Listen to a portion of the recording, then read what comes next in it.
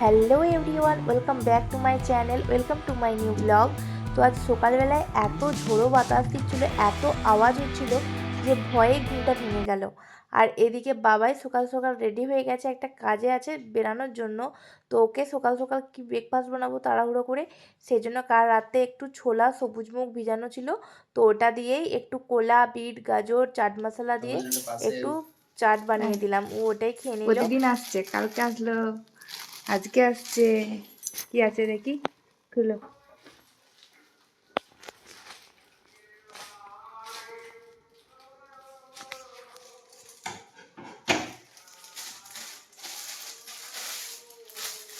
কি কি বলো তো? আমি তো বুঝতে পেরে গেছি যে কি।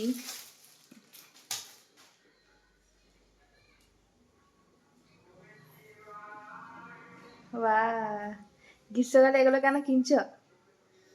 দেখতে হবে কেন কিনছি। তো মিশো থেকে প্রচুর পরিমাণে শপিং করা হয়, আর এখন প্রত্যেকটা প্রোডাক্ট এত ভালো আসে যে খুব ভালো লাগে, এত কম দামে আর কোথাও পাওয়া যাবে না।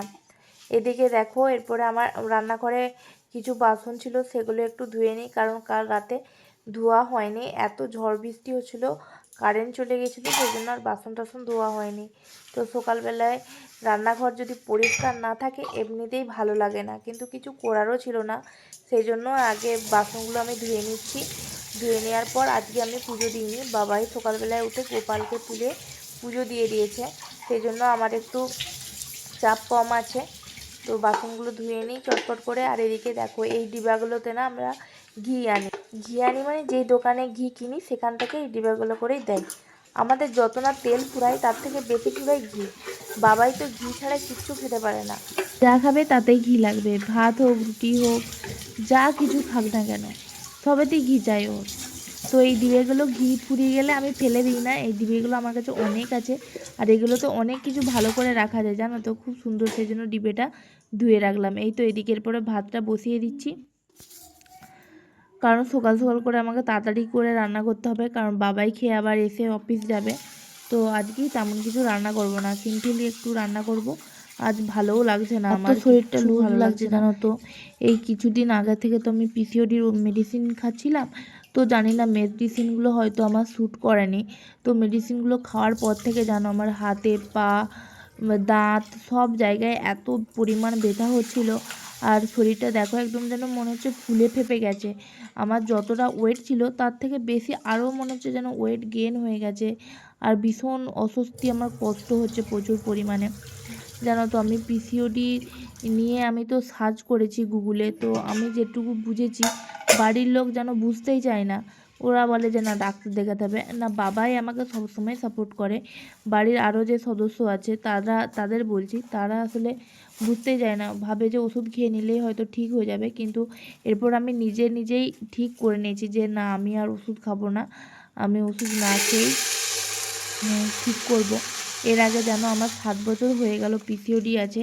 আমি এর আগে যখন জিম করতাম এত মানে আমাকে মেডিসিন নিতেই হতো না, একদম পিসিওডিটা নর্মাল ছিল, ঠিক টাইমে আমার ডেট অনুযায়ী ব্লিডিং চলে আসতো, সমস্ত কিছু ঠিক ছিল। এখন মাঝে কিছুদিন কাজের চাপে বন্ধ হয়ে গিয়েছিল, আর সেম প্রবলেম শুরু মাসের পর মাস, পিরিয়ড বন্ধ। এরপরে হচ্ছে না, মাকে বললাম, মায়ের পর জোর করে ডাক্তারের কাছে নিয়ে গেল, মেডিসিন খেলাম, ব্যাস। এরপর যে পিরিয়ড শুরু হয়েছে সে আর বন্ধ হতে চায় না, আর সব জায়গায় ব্যথা, এই হচ্ছে এক সমস্যা। কিন্তু এরপর থেকে আমি আর কোনো ওষুধ খাবো না, রেগুলার এক্সারসাইজ শুরু করে দিয়েছি। এখন ব্লিডিংসটাও আমার কমে গেছে, আর এখন একটু একটু করে ঠিকও হচ্ছি। যাই হোক, আজকে দেখো এরপরে মুসুর ডালটা আমি ঢেলে নিলাম, না হয়েছিল মুসুর ডাল আর শুকনো লঙ্কা, ওটা বোতলে ভরে রাখলাম। এই দেখো এই দুটোই কিন্তু ঘিয়ের ডিবা, শুকনো লঙ্কা যেটা রাখলাম আর মুসুর ডালটাও। নেই, যেহেতু আমরা ঘুরতে যাচ্ছি, বাড়িতে বেশ কিছুদিন থাকবো না, সেই জন্য এখন বাজারও কিছু করছি না, ফ্রিজে যা আছে সেগুলোই শেষ করতে হবে। দেখো এই কিছুদিন আগে বাবা এসেছিলো বাড়িতে, তোমাদের সাথে তো শেয়ার করেছি, আর বাবা মামা বাড়ি থেকে কিছু সজনে ডাঁটা এনেছিল। তো সেই ডাঁটাগুলোই বেশ কিছুদিন ধরে খাচ্ছি, এখনও পড়ে আছে। আর থাকতে থাকতে দেখো এতগুলো ডাঁটা কেমন নষ্ট হয়ে গেছে, ওগুলো ফেলে দিই। আরও 4-5-6টা ডাঁটা আছে, ওগুলো আজকে তো রান্না করব না, অন্য দিন রান্না করব। তো আজকে বিশেষ কিছু রান্না করব না, আজকে এই তো ভাবছি লাউ আলু দিয়ে একটু ডাল করি, আর একটু ডিম ভাজা করব, আর আলু মাখা করব আর কি, ভাতে দিয়ে দিয়েছি। তো লাউয়ের খোসাটা ছুলা কেন বলো তো, কালকে একটু লাউয়ের খোসা ভাজা করেছিলাম, বেশ ভালো লাগছিল। আর আজকে দেখো এই লাউটা কাটছি, লাউটা ভালোই আছে, কচি লাউ। বেশ কিছুদিন ধরে এমন হচ্ছে জানো তো, মুখে কোনো রুচি নেই। তাতে আমি মাছ মাংস ডিম যাই খাক না কেন, কিছুই যেন মুখে কিছু খেতে ভালো লাগছে না। তো দেখি আজকে লাউ ডালটা করে খেতে ভালো লাগে কিনা। তো লাউটা আমি চটপট করে কেটে নিই। আর জানো তো, মনে হচ্ছে যেন কোনো কাজ করার এনার্জি নেই, শুধু মনে হচ্ছে যে যেন ঘুমিয়ে থাকি। কিন্তু ঘুমোলে তো হবে না বলো, এখানে আমি একা থাকি। তো আমি যদি কিছু না করি তো কেউ করার নেই এখানে, কারণ আমাকে তো করতেই হবে। এদিকে বাবাই বলে যে শরীর খারাপ লাগলে তুমি একটু রেস্ট নাও, আমি বাইরে থেকে খাবার আনিয়ে নেবো। কিন্তু বাইরের খাবার রোজ রোজ খেতে তো ভালো লাগে না।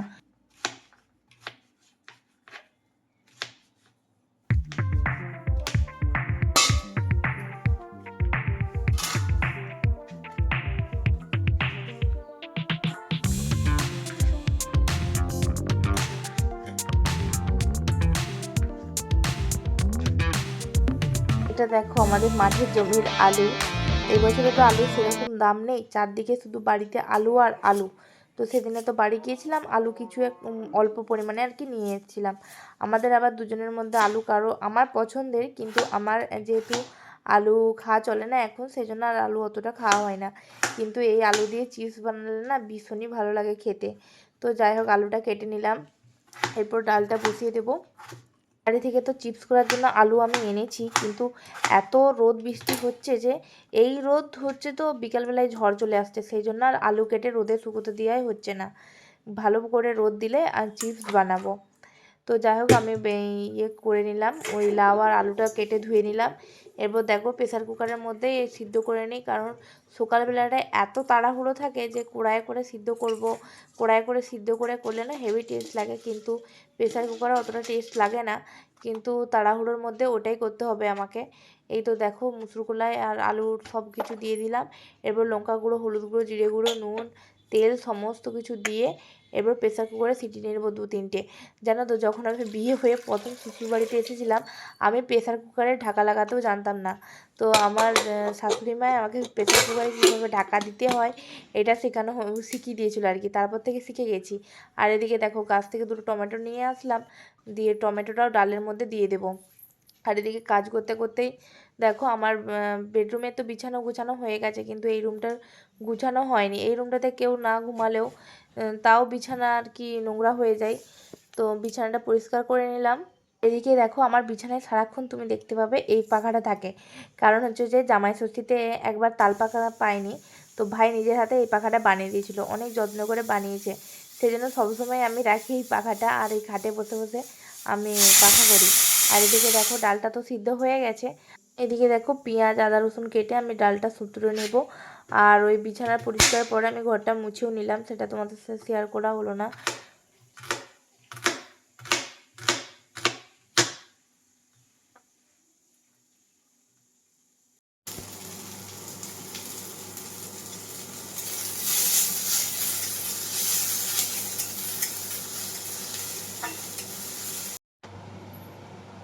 ডাল আমার কমপ্লিট হয়ে গেছে। আর এদিকে আমি ভাতটার ফ্যানটাও ঝরিয়ে নিলাম। আর এদিকে দেখো ভাতে আলু দিয়ে রেখেছিলাম, সেটাও বের করে নিলাম। এরপর ঝাল ঝাল লঙ্কা দিয়ে বাবাইকে মেখে দেবো। বাবাই তো লঙ্কা দিয়ে বেশি খাবে না, আমি আমার জন্য পরে মাখবো যখন আমি খাবো। এখন তো আমি খাবো না, এখন আমি স্নান করবো, পুজো দেবো, আমার খেতে অনেক দেরি হবে। তো এদিকে দেখো ডিমের অমলেটটাও আমি করে নিচ্ছি। আজকে কী হয়েছে বলো তো, ডিমে না একটু নুন বেশি হয়ে গেছে, সেই জন্য কী করবো আমি কিছু খুঁজে না পেয়ে ডিমের মধ্যে একটু বেসন গুলিয়ে দিয়ে দিয়েছি। তো সেই জন্য দেখো এরকমই হয়েছে। আর তারপর দেখো ডিমটা কিছুতেই উঠতে চাইছিলাম না, বেসন দেওয়ার জন্য নাকি না জানি না। তো এদিকে বাবাই ডিমটাও তুলে নিল। আমি না প্রথমে ডিম ভাজতেও পারতাম না, বাবার কাছ থেকে শিখেছি ডিমটা ভাজতে। তো যাই হোক, এদিকে দেখো বাবাইকে আমি খেতে দিয়ে দিয়েছি, ও খেয়ে তাড়াতাড়ি করে বেরিয়ে যাবে, এরপরে এটা দিয়ে আজকে খেয়ে নেবে। এদিকে আমি বাবাইকে খেতে দিচ্ছি, আর বাইরে দেখি আমার সাথে দেখা করতে একজন সদস্য এসেছে। তো চলো তোমাদেরকেও দেখাচ্ছি যে কে এসেছে। এদিকে দেখো কে এসছে, এদিকে এসছে সকাল সকাল আমার ঘরে নন্দী মহারাজ। তো দেখো প্রায় দিনই আসে, তোমাদের সাথে কোনোদিনও শেয়ার করা হয়নি, আজকে দেখো তোমাদের সাথে শেয়ার করছি। তাকে এখন আমি আলু কেটে খেতে দিলাম। আর এদিকে দেখো বিকালবেলায় তো সমস্ত কাজ ঝটপট করে সেরে নিয়েছি, এখন বাজে ওই 4টে মতন। আর এদিকে দেখো আমি সিজন স্টাইলে চলে এসেছি। তো এখানে আজকে শুভশ্রী এসেছিলো, কিন্তু কি বলতো আমার একটু দেরি হয়ে গেছিলো, সেই জন্য আমি আর দেখতে পেলাম না শুভশ্রী গাঙ্গুলিকে। এদিকে দেখো এত ভিড় ছিল যে আমি ওখানে ঢুকতে পারিনি। আর এদিকে বাবাই অফিস থেকে চলে এসছে, আর আমরা এসেছি দেখো ফুচকা খেতে। এইখানে না ভীষণ ভালো ভেজ ফুচকা পাওয়া যায়। এদিকে দেখো দই ফুচকা খেলাম, আর এটা হলো বাস্কেট চাট, এখানে একটা ফেমাস একদম নতুন ধরনের খাবার যেটা আমি খেলাম। এরপরে দেখো বাজার কলকাতাতে চলে গিয়েছিলাম, সেখানে একটু বেডশিট দেখে নিচ্ছি কেনার জন্য, কারণ পয়লা বৈশাখ আসছে তো বেডশিট নিতে হবে। এখানে বেডশিটগুলো 199 টাকা করে ছিল। আমি প্রথমে ভেবেছি ডবল বেডশিট, কিন্তু তারপর দেখলাম না সিঙ্গেল বেডশিট, সেই জন্য আর নিলাম না। আর এদিকে দেখো আমি আবার পরে একটু পরে অনেকক্ষণ পরেই এসেছিলাম সিজন স্টাইলে। তো ফাইনালি যাহা করে ভিতরে ঢুকেছি, কিন্তু বেশিক্ষণ থাকতে পারিনি, এত ভিড় যে আমি পয়লা বৈশাখের কেনাকাটা করবো বলেই গিয়েছিলাম, কিন্তু এত ভিড় যে আমি কেনাকাটাও করতে পারিনি। ভিতরে এসি চলছে, তাও যেন মনে হচ্ছে যে নিঃশ্বাস বন্ধ হয়ে যাবে, এত ভিড়। তো এরপরে দেখো বাড়িতে চলে এসেছি, আর এত পরিমাণ মেঘ ধরেছে। তো চলো ভিডিওটা আজকে এখানেই শেষ করলাম। তো ভিডিওটি কেমন লাগলো কমেন্টে জানিও। ভিডিওটি ভালো লাগলে চ্যানেলটিকে সাবস্ক্রাইব করে অবশ্যই বেল আইকনটি প্রেস করে রেখো। তো চলো আজকের মতো টাটা, আবার দেখাবে পরের ভিডিওতে।